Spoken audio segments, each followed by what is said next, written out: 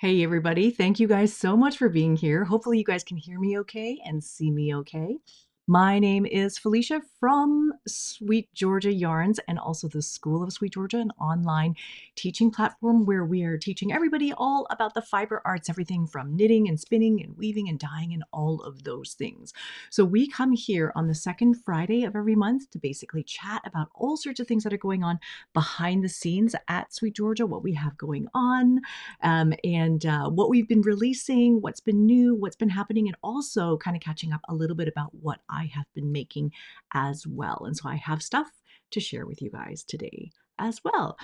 And as always, every month, what we do with this time is we also go over and share and launch the colorway that we come up with every month for the Secret Stash. So the Secret Stash is our monthly club colorway, and it's kind of a secret. You guys who have received your packages will already know what it is, but this day when we do the live stream is the day where we share with everybody what that color is and what that was all about. So I'm excited to get going with this today. Now, one of the things that we are starting off with is the first thing is that March is Crochet Month. It's National Crochet Month. And so we are celebrating a lot of things to do with crochet this month. I am wearing my Jethro cardigan. This is a cardigan that I made from granny squares a couple of months ago. It's a design by Tanis Fibre Arts. And yeah, it's a fantastic pattern, all made with granny squares, very customizable. And so I made this with a number of our Sweet Georgia Party of 5 mini skein sets. It's in the DK weight. And then I used a sort of a full skein of actually 3 full skeins of superwash DK in order to do the sleeves, which I did on a knitting machine, and also the bands and all that kind of stuff to finish it. So I will show you that I had the project that I was working on for Nina, my daughter. Now we have the shoulders are all seamed up, and then basically I had to just measure. I had to kind of like let her wear this and measure it to see how big to make the sleeves. All of this is very, very customizable. Like you can make the sleeves as big as you like. You kind of just have to measure and see. So I think what we were going to do is we were going to do 2 squares down on each side of the shoulder seam, and I was going to hang this on the machine and make sleeves approximately that wide and then taper them down, do some ribbing. I did forget to measure how long the sleeves need to be, so I'll have to do that tonight. But yeah, this is basically a mini version of what I'm wearing right now, and it is almost ready to go. So you can see I have my full skein of DK ready to knit into that. So that is one of the projects that's going on. The other thing that we released is the shawl that is a granny square triangle. Now you can find these granny square triangles all over the internet. We have discovered there's lots and lots of different variations of this type of pattern, but basically it's a granny square that is not sort of worked in around and like into circles, into rounds, but basically you're working a granny square halfway across the round, and then you turn your work and then you go back the other way, and through that you create what looks like a triangle. So I have a little screen share for you there. Yes, so there is Charlotte Lee from our studio, and she put together this Coast to Color shawl pattern. And so that is one of the iterations of her shawl, and I have a whole bunch of them here. And so we have this one here that Charlotte was showing in her photo there. So these ones are all made with the Superwash DK mini skein sets, the Party of 5 mini skein sets. So that was one of them, which we showed you. That one is in the fruit salad, I think is the colorway. There is another one where you can do stripes if you like. And so you can see it's basically a giant granny square, but rather than going all the way around, you can just kind of go back and forth, working flat back and forth, and then you end up with a triangle. And so this triangle, you could wear it as a shawl. You could, I mean, I have seen smaller versions of something like this woven, and you could square off the ends and sew it together and make yourself a cowl. I've seen it done as like A bandana if you wanted to wear it like so. Like I've seen it in all sorts of different ways. So there's lots of different things that you can do when you configure your triangle and what you want to do with it at the end of the day. So these ones happen to be made out of DK weight yarn, but of course you could make it out of worsted weight yarn. You could make it out of fingering weight yarn. And so there, I actually have another example here. So, oh, did it fall over there? I have an example that we'll have to send to you guys later on, but it is an example of the shawl done in a fingering weight sock length. This one, again, is the DK weight one. And yeah, this one is huge. So it makes for a really good sized weighty shawl. And of course, if you don't want to make them as triangles, you can still continue to make them as giant granny squares and then make these into blankets.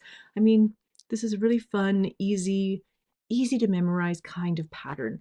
And so the trickiest part is just working those corners where you have to turn your work. And so we did put together 2 tutorials about that. So one of the tutorials is going to go live today on the YouTube channel. It's just a short, I think it's like 10 minutes long.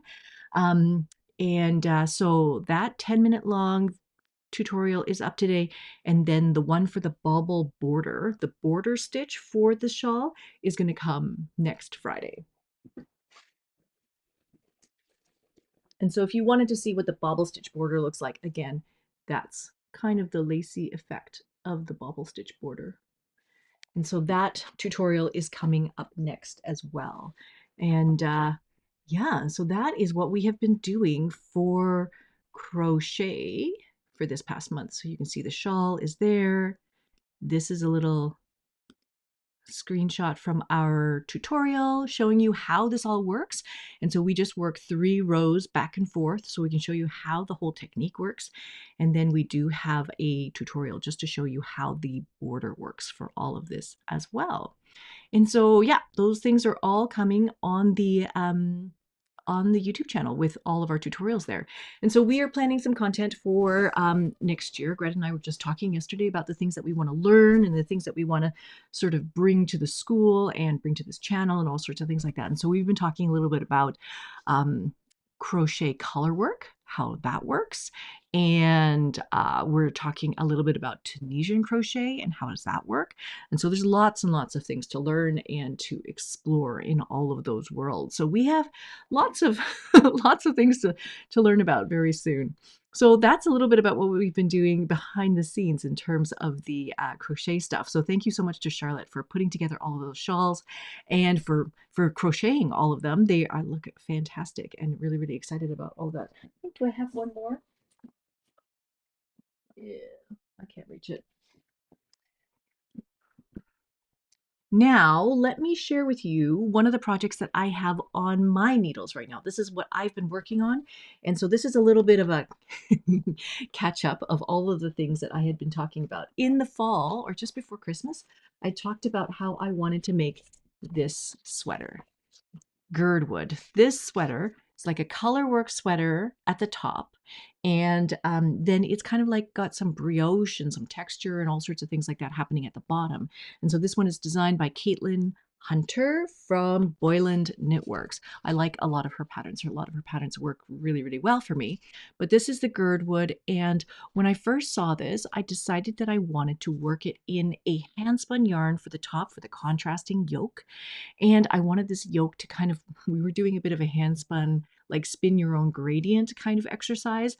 And so I wanted to take my handspun gradient and put that into the yoke. So I wanted to fade down from like a purple color through to a blue, through to a green, through to like a very pale sage color. So that is what the pattern was supposed to be. And so I did. I got myself 2 braids of this beautiful fiber to spin. It was all BFL and silk fiber, and it was in the Trail Runner colorway. And so I split it up into 3 plies. I split it up into all the different colors. I weighed each individual color, like all the purples were grouped together, all of the blues were grouped together, all the greens were grouped together, and so on. And then I spun them into these 3 separate bobbins, each one like a single of gradient that I could ply together to make one big long gradient. And then I think, like, I know that Charlotte at the studio, she also made a version of this sweater, and she was saying, oh, she didn't need actually that much yardage for the yoke. It ended up not being less than she anticipated. And so I thought, well, rather than plying these three singles together and getting super like tons of yardage and then like not being able to show the fade in the yoke, I thought, well, I will chain ply the singles instead. And effectively, that makes each length of yarn 1/3 of the length that it was meant to be. So I thought, okay, that will be enough yardage. But then let's just see how far we've gotten. Okay, so what I chose to do is I'm working size 3 of the sweater, and right now I'm just working the short rows. So you can see I have marked my beginning of round with this amazing little stitch marker that this is actually Leah made this for me at the studio. Leah does a lot of our video editing, and she has in the past and has started to do some more video editing for us. But she used to make these super cute resin stitch markers for us. And these ones are in the shape of popsicles. And this one's hot pink with tiny little dragon fruit slices in it. And it's like one of my absolute favorite things ever. So that gives me a ton of joy whenever I see that. But that's the stitch marker that's marking the beginning of round for the short rows that are currently happening on this sweater. And so this is effectively how it is going to look. So that's the start of my sweater. Ta-da! It seems like it's very tight. I hope it goes over my head. I think it should be okay. This is size 3. Hopefully it's all good. I hope it's not too small. I really hope it's not too small. That would be very, very bad. But in any case, this is how much I've knit so far.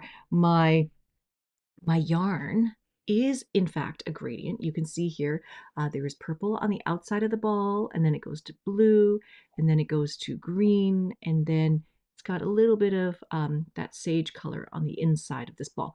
But you can see that I am running out of purple already. I've basically unwound all of the purple and I'm now at the blue section, which means that when I knit this, this is going to immediately become blue for the top half of this yoke. And so that's making me feel like I'm running out of yarn already. I'm running out of yoke yarn, this contrasting yoke yarn. So I'm worried that I'm not going to have enough to make it all the way to the bottom. And so what I've done is I took the second bobbin of singles and I chain plied that again. So now I have a second skein of this gradient yarn. And so all I need to do is, this has just been washed and everything like that. And I just need to ball this up.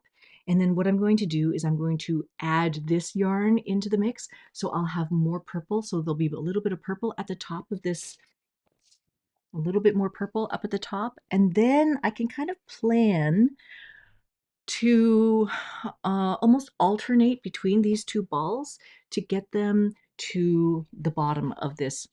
So I kind of feel like by having, you know, these two different balls of gradient yarn, I can hopefully juggle and figure out exactly where to stop and start all of these colors. So I have to aim for some guidelines.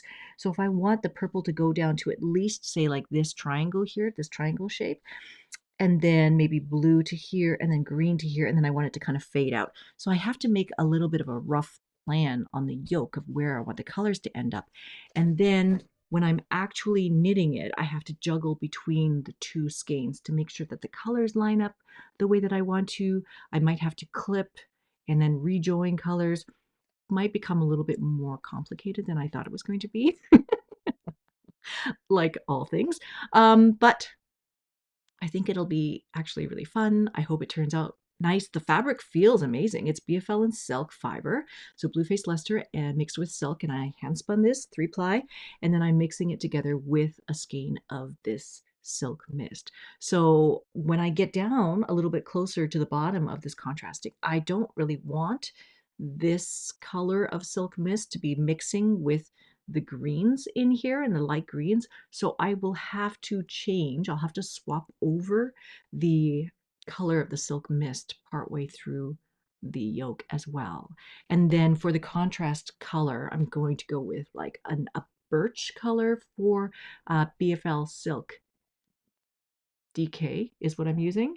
And then also adding that with a strand of silk mist. And so the strand of silk mist, I want to be kind of like a sage kind of color, maybe a pale green, kind of like matching this. So I want that yoke to sort of fade out into the body of the sweater.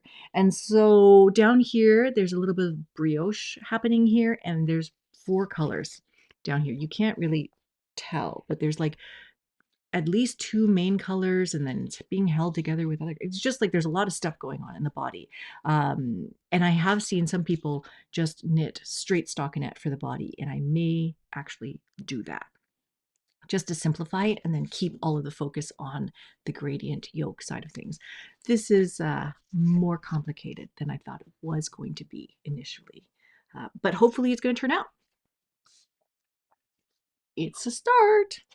So yeah, it's being knit on 5.5 millimeter needles. So hopefully that means that it will go quite quickly. That is US size 9. And so, yeah, big stitches, should knit pretty fast, and then we'll be ready to go. And I think I mentioned before, I do have a number of hours ahead of me of just kind of like sitting either in an airplane or in a car. We are going away for spring break and things like that. So we have a lot of traveling planned. And so hopefully I will be at a point where I can do a lot of concentrated knitting on some of these projects to get going. So that is that. Now let's go on to talk about the club. So the club that we talk about every month is our Secret Stash Club. The Secret Stash Club is a monthly sort of like a colorway club where we come up with a brand new colorway and we dye it on sometimes a yarn that you have never seen before. Sometimes we use it to experiment with different yarn bases. We bring in sometimes different fiber bases. And a lot of it is just experimentation on our part to see what we like and what you like. And so a lot of times it is like kind of pushing the boundaries of what people are doing or using or making or all sorts of things like that. And so this month's theme, because every month has a little bit of a theme, but this month's theme was based on Nina's birthday because Nina turned 9 on March 9th. And I was informed this year that that means that that's your champagne birthday or that's your golden birthday. I did not know a such thing. And so, like my birthday's on the 20th. And so looking back, I'm like, oh, well, I guess my champagne birthday was when I was 20 years old. I guess that's over now. And then I thought more about it, like Russell turned 11 on the 11th this past year. And just thinking like, any day that you say is special can be special. You don't have to wait for your champagne birthday or lament that your champagne birthday is like gone. But yeah, any day that you designate as special can be a special day. And so celebrate whatever you want to celebrate, whenever you want to celebrate it. And so part of this whole theme was kind of going down the idea of celebration and just a little bit of indulgence, a little bit of like all your favorite things kind of feeling. And so the color that we came up with was this one. This is called Champagne Dreams. And so this is our skein, the yarn for this month. And so the yarn that we chose is a yarn that is mostly washable merino, but it has this stellina, this like sparkling material in gold. And we've never used this particular yarn before. It was more sparkly than I thought it was going to be, but it's really, really lovely. You can see the sparkles in the yarn here, in the yarn base. You can see it everywhere. But when you work it up into a project, it's just like a hint of sparkle, just a little bit. So this is one of the skeins that we have. I have it wound into a ball here using that Kato electric yarn ball winder, which is actually really helpful. I've been using that a lot actually. And I'm currently knitting it up on the LK150 knitting machine right now. It's sitting right there next to me and it's not finished. I'm about halfway through making a scarf with it right now. So the knitted scarf is coming, but I will show you something that has been created from this. And so this one is a gorgeous hand-woven scarf woven by Greta, who is here in the chat room. Thank you so much for weaving this up, Greta, but this is gorgeous. And she chose to use a technique that we call the faux ikat technique. You can kind of see like how the colors fade through here. It's absolutely gorgeous. And so I'm just going to quickly kind of explain how that works. Because when you look at the skein here, the way that it is dyed, you open it up, you can see that there's a section where all of the plums are and then all of the peaches are. You know, they kind of line up in this way. And so when you take your yarn and you take it to the warping board to wind your warp, you can wind it in such a way as not to be rigid about the exact number of yards that you have on the warping board, but you can kind of like fuss and figure out exactly how long the warp needs to be so that these color chunks line up on themselves again. And so then when you go to weave them, they will become sections where you find like most of the purples are here, and then they fade out into another section. And so, you know, depending on how the skein was dyed, even just a little bit of tension might cause those colors to shift, but I think it's still really cool and really beautiful. The whole thing looks hand painted and everything. And so we have here, let me see if I can share this part with you as well. But we have here the post, oops, where we're showing how all of this was made. And so there's the photo of the skein, and then the photo of the hand-woven scarf underneath, and then this is the blog post all about this particular scarf. And there's some gorgeous photos taken of it, and I can just show you that you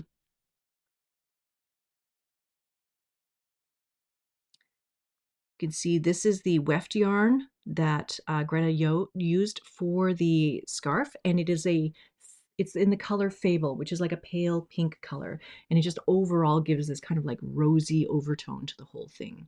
Okay, but it was merino silk lace in Fable is what she used for that weft yarn. And so you can look at this entire post. It's up on our website right now, and absolutely gorgeous. So thank you so much for sharing that with us and for weaving that, Greta. So all of the details about that project are all here on the website, and you can find that there. So that is that. So that is that for the yarn portion. Of course, you can knit it up.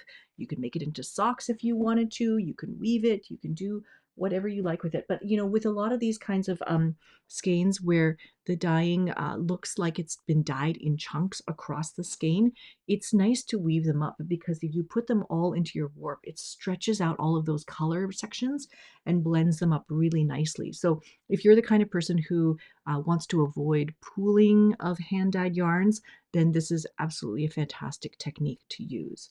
So that is the yarn side of things. Each one of these kits, or each one of the monthly club, usually comes with like a little extra treat. And so this month's treat is this cute little pin.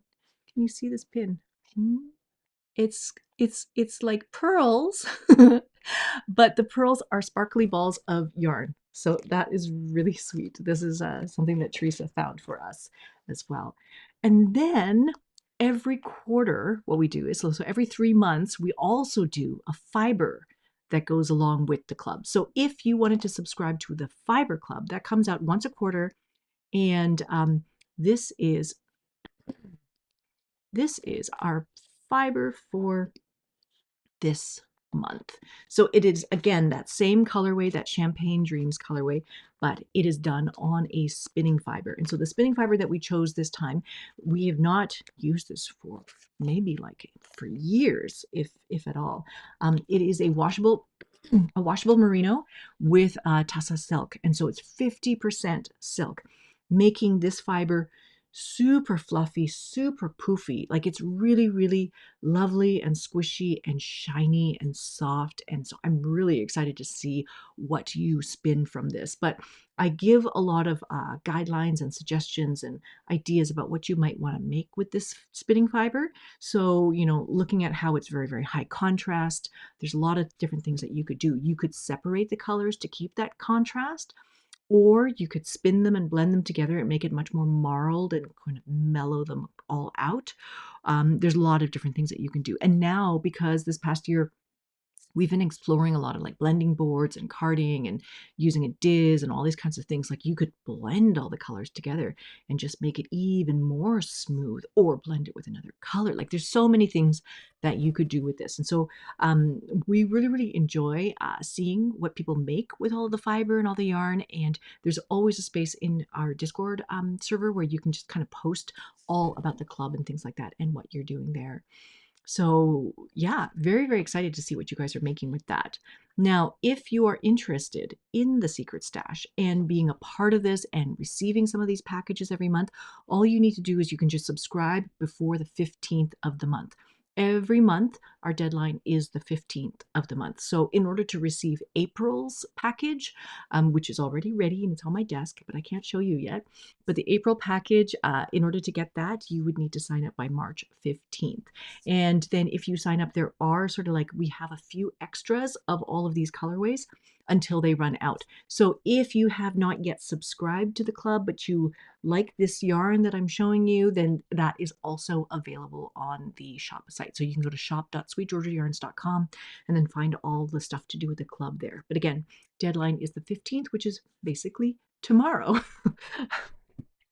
It's always the date of the live stream versus the date of the 15th and how close they are together. But yes, deadline is tomorrow if you want to check that out. And while you are there, I should probably also mention that we do have our sort of annual mystery bag sale is on right now, and is on, can't remember the deadline, but it's only on for a few days, but the mystery bag sale is currently on right now. And so the mystery bag sale is the sale that we do we save our yarns for the mystery bag sale every year. But it's like yarns that might not have turned out the exact color that we intended for it to come out. We also, as part of this whole, club colorway development process, we test and dye a lot of samples. We dye a lot of extra yarn that become colorways that are not ever created again. And so these are all unique colorways. And yeah, we dye a lot of tests. We dye a lot of tests. And so a lot of these tests are what go into the mystery bags. So you can find the mystery bags in all sorts of different yarn bases. And so we have them split up for fingering, non-mohair, mohair, all blah, blah, blah, blah, blah. So there's lots of different options, and you can go check that out as well. And so with the mystery bag sale, you get like a significant, significant discount on all of these yarns. But again, they're yarns that don't fit into the normal colorway collections that we offer, not standard or anything like that, but there's nothing typically wrong with these yarns. So the yarns are good, the colors are unique, and you may not know what you get until you receive it. Yes, fantastic. So I'm just looking here because I think, Greta, did you say? Oh, mystery bag sale is available until March 25th. So thank you for that. Bridget just put that in the chat for us. Yes. Now, what I did want to mention very quickly is that I did mention about how the club, you can find some of these projects and the conversations and discussions in Discord. We have had this Discord server for almost 2 years, or about 2 years now we've been running it. And it's become a very, very active community of people who are making things and sharing things that they're working on. We have all sorts of different craft topics that people are sort of working on. So there's one for knitting, obviously, there's one for crochet, there's one for spinning, weaving, machine knitting, circular sock knitting. There's one for punch needle. There's ones for 3D printing for people who are 3D printing tools that they use for their fiber arts. There's also ones that are specific to, weaving with your handspun or using your handspun, all sorts of things like that. So that Discord channel has been open to the public and is open to anybody who wants to join us at SweetGeorgia in this very lively chat. Now, Discord may not be for everybody because it has a certain kind of pace to it, and the pace is quite quick. So if you like being on and having a lot of chat going on, then Discord is a great place for that. We also have two other places for community and for conversation, and so we have since 2018 been building out the School of SweetGeorgia community forums, and that space is very, very in depth. So that space is for the school students, any members of the school who are interested in, having longer conversations and questions about the topics that they're learning about, the courses that they're studying or watching. It gives you a space to engage with the instructors of those classes. And so if you were learning, say, like rigid heddle weaving, and you have a question about that, then, you can tag Amanda or any of us on the team, and somebody will reply to you with some suggestions and some help and things like that. We also have had a Ravelry group since I think like 2009. And we ran a lot of make-alongs and knit-alongs and conversations through the Ravelry group for many, many years. And then when we started building the school, we wanted a chance to have like more of these in-depth conversations. And so we sort of took a pause on our Ravelry group, but this is something that we are looking at starting again. So we are looking at restarting a lot of the stuff to do with our Ravelry group. So if you are prefer Ravelry as your conversation chat community platform, then feel free to check us out on Ravelry. We are still there and starting that all back up again. So ravelry.com/groups/SweetGeorgia. And so we'll be there. A lot of our team members are on there as well and starting to share things. So again, yeah, if Ravelry is your spot, then we are there for you for that. So the next thing that we wanted to chat about is what we're going to do on these groups, on these community forums. And so the first thing is this idea of a spring stash down. So with spring, we are coming into spring break right now. This is the time where, things are starting to warm up a little bit. You're starting to look around. It's sunny. It's actually sunny in Vancouver today. Starting to look around and think, what can I be doing? Coming out of a hibernation sort of mode, and spring cleaning is kind of at the top of my mind always. I'm always thinking about like, what can I do to sort of clean my space, get organized so that I can make things. And so we want to do something as a group here and start a spring stash down, which it's going to kind of start with spring cleaning, start with organizing your collection, seeing, what you actually have in your stash. What do you have in your yarn stash? And then finding some uses for those extra skeins, single skein here, single skein there. We recently talked about, things that you can do with your handspun yarn, random skeins of handspun yarn, and transforming a lot of these extra bits and pieces of yarn into something else, or maybe donating them to charity, or maybe using them for charity projects, or making them into giant scrap granny square projects. Whatever it is, we're hopefully going to start a bit of a conversation and chat about all of that. Do that on Ravelry and on Discord and also in the school.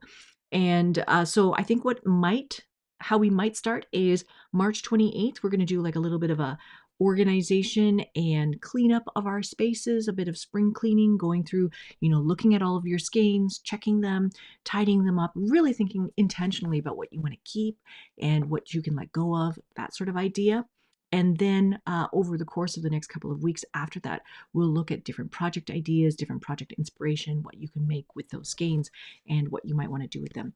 For me, I think that my destashing or my stash down will involve a lot of this LK150 machine knitting. I I have discovered a whole bunch of projects that I want to make, and hopefully I can make them a little bit quicker than if I'm hand knitting them. So that's one of the things that I'm thinking of.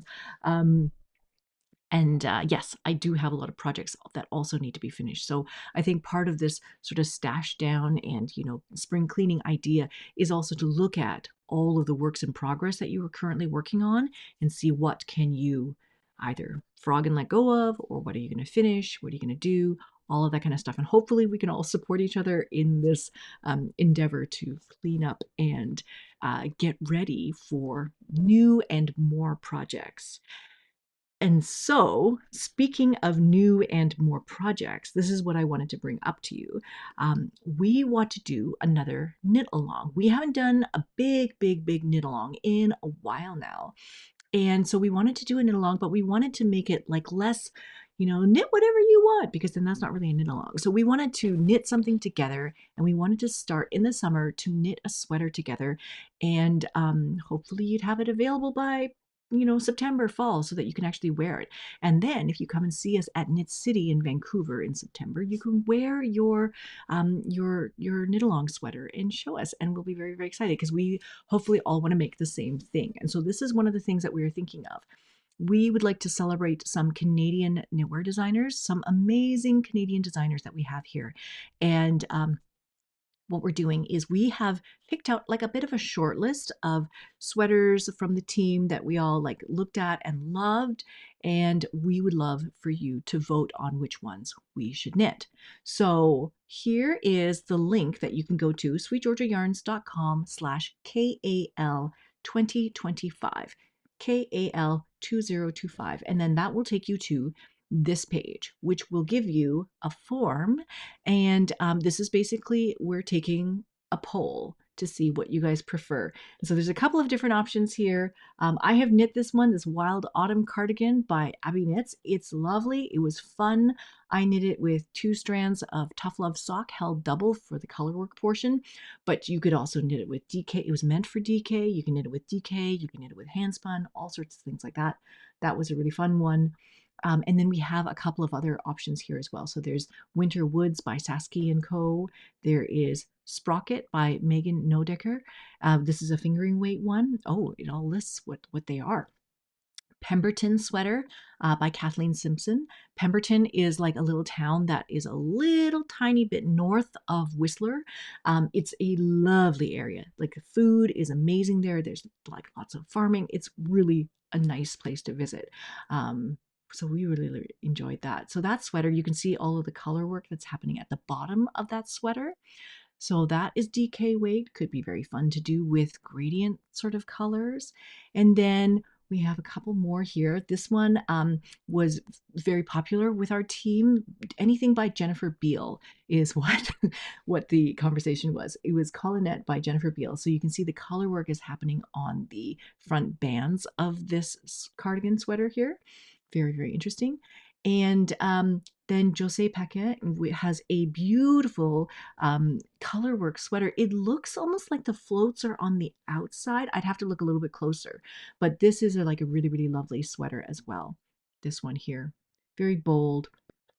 And then we have Heidi Kermeyer glass ceiling, which again has these like color blocks.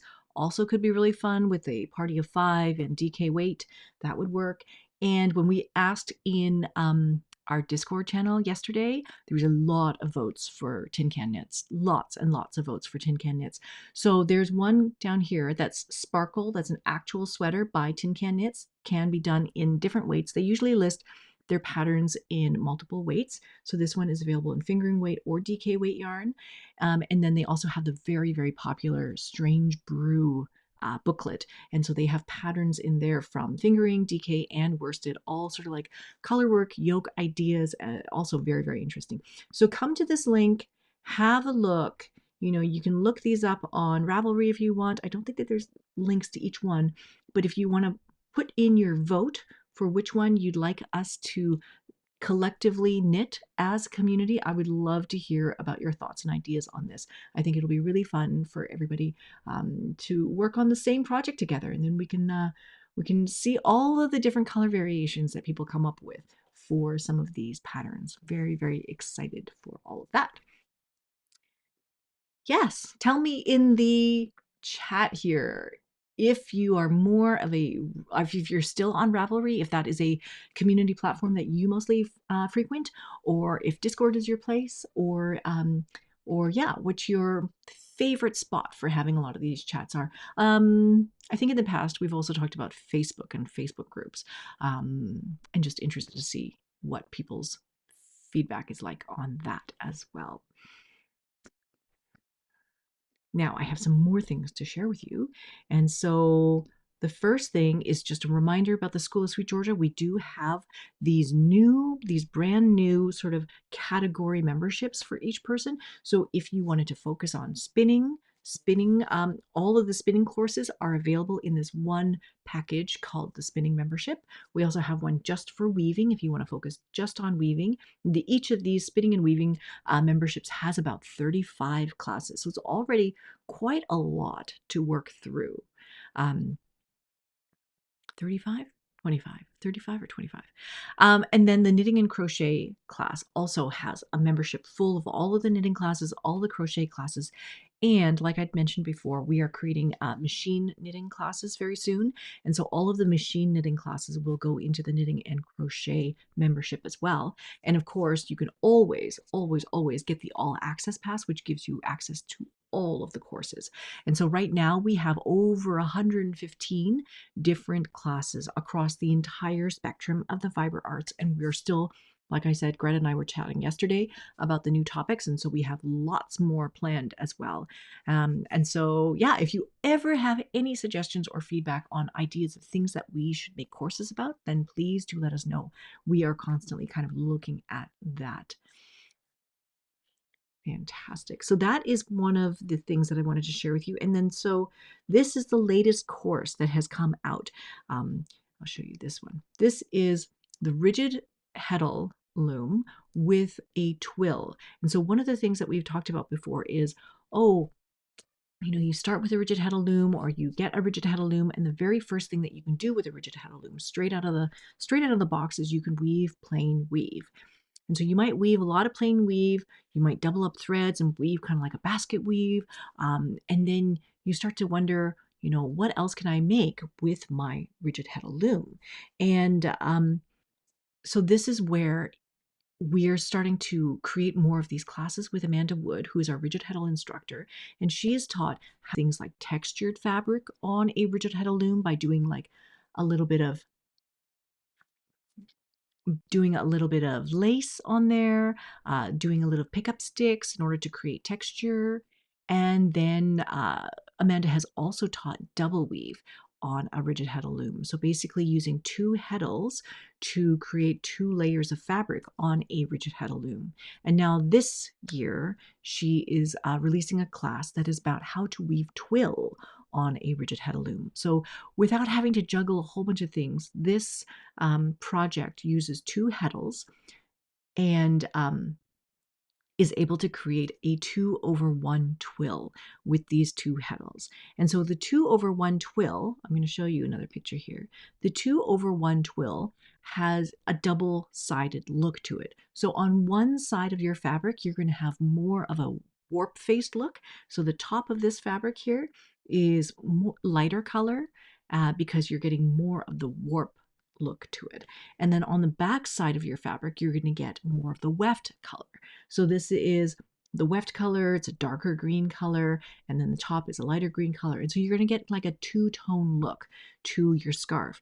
And so when you go ahead and you wear it, so here's another colorway example of it. This one was with the yellow, a honey gold.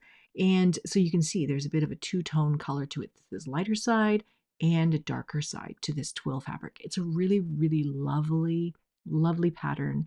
It's called a Fraser scarf. And yeah, you can see here, this is a photo of Amanda showing you how to thread the two heddles. So basically the idea with this two heddle, rigid heddle weaving of twills is that you have two heddles, and with all of your warp ends, those warp ends, one of the warp ends will go through a hole, and then maybe two of the warp ends will go through a slot, and then one through a hole and two through a slot, and so on and so on and so on. And then when all of that back heddle is threaded, then you take all of those warp ends and then you thread the front heddle. And so in the front heddle, you'll take one of the threads that was doubled up in a slot and you'll move it to a hole, or you'll put it in a hole. And then in the other slot, you'll have one that comes from the previous hole and one that comes from the previous slot. So then theoretically, you can create 3 different sheds with this combination. You can, raise up heddle 1, and then all of the threads that are in the holes on that heddle will go up. And then you have another shed where you can raise heddle 2, and all of the threads that are in the holes on the heddle 2 will go up. That creates a different shed. And then you can create a third shed by taking both heddle 1 and heddle 2 and moving them to the down position. And then everything that is not in a hole will float up to the top. And so you have this combination of 3 different sheds that allow you to create a twill pattern. So the theory is very, very, hopefully very clear, but there's like a lot of illustrations, and the workbook is great and all sorts of things like that. So I hope that you will check out that pattern and that course with Amanda Wood. She teaches all of our rigid heddle classes and is absolutely fantastic. Now I'm just going to check the chat. There's a couple of questions in here. And Arlette is asking, I'm thinking about signing up for the beginner weaving classes. Are they in Canadian dollars? This is something that we added recently this past year. This past year, we added the ability to pay in both Canadian dollars and US dollars right now. So that is available as well. So we're trying to look at some of this multi-currency and handle that. Now, the next one that I wanted to share with you is another class that's coming, and this is the class that is coming in April. I don't know if you recognize what this is, but this is a metal tray that has cotton fabric at the bottom of it, and there's a whole bunch of ice on the top of this fabric, and then the ice has been sprinkled over with dye. And so this is an ice dyeing class that is going to be taught by Katrina Stewart from Crafty Jacks. Katrina has taught a number of our courses already for the School of SweetGeorgia. She taught Spinning Up a Level, which is a very, very, very popular spinning class that we have on the school. And it teaches like all different sorts of drafting methods, everything from short forward to long draw to spinning over the fold, all of the different techniques things there. She's taught carding for color, working with a lot of color theory, different color fibers. So she's worked with us a lot. She and her husband also came and taught a class on wheel maintenance, how to take care of your wheel, how to clean it, disassemble it, all this kind of stuff. So Katrina has a lot of knowledge. And if you didn't already know, Crafty Jacks is also her business where she sells and creates hand-dyed yarn, hand-dyed spinning fiber. So you can check that out as well. It's Crafty Jacks. But this is another snapshot from the course, and you can just see how vibrant and how colorful everything is. You can kind of see very, very it's hidden underneath all of the ice, but you can see the fabric here starting to collect the color that's being deposited as the ice melts down. So it's a very, very fun, quick technique to do. And so the videos for this class are being edited right now and will be available very, very soon. So we're excited about that. And then the next course that comes out after that is going to be with Kim McKenna, and it's about spinning bast fibers. So that is spinning sort of like these long cellulose fibers. So there's some fiber that we're going to be experimenting with. And you can sort of follow along and play along with the course. And so we have this pre-order for the sampler kit that's coming out. So the sampler kit is going to include some hemp, some rami, some Himalayan nettle, some flax, and I'll just show you what that all looks like. So you can see sort of like what those fibers look like. They are cellulose, they're plant-based fibers. You can see they're very, very long, and Kim is going to teach how to incorporate that in a blend, how to spin it, all the qualities, the characteristics of each one of these things. And so the pre-order for this kit is going to be available right now and will ship in the beginning of April. And let me see if I can show you what's in the box. So this is the box that would be the bast fiber kit. Open up the box, and in here, a little card about the school.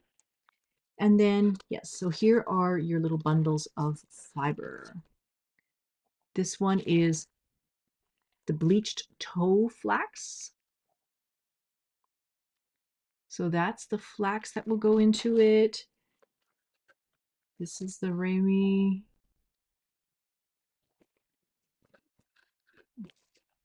This is the 100% hemp top. It's actually quite a bit. There's 40 grams of each of these, 40 grams of each of these fibers. So it's plenty of fiber if you want to experiment spinning it on its own or mixing it and blending it with something else. And this is the nettle fiber. So there are 4 different kinds of fibers in here. And we're doing this as a pre-order because this is not something that we would necessarily carry all the time. So we want to bring in enough fiber to make a whole bunch of kits. And then we will send this out and we'll aim to do this like once a year kind of thing, because this is not something that we can carry and have all the time. So if you want to play along with the sort of the spinning bast fiber course, then this is the kit for you. And as always, I mean, we've been making these kits for a lot of these spinning classes for a while now. So we have ones on all the different sheep breeds. So we have the fine wools, medium wools, long wools, sort of primitive wools. And then we also have spinning kits about silk, all the luxury fibers, camel, all of those kinds of things. Those are all available as well if you want to play along with any of the spinning classes that we have for the School of SweetGeorgia. And if you're just curious about spinning bast fiber, how does it all work? How does it feel?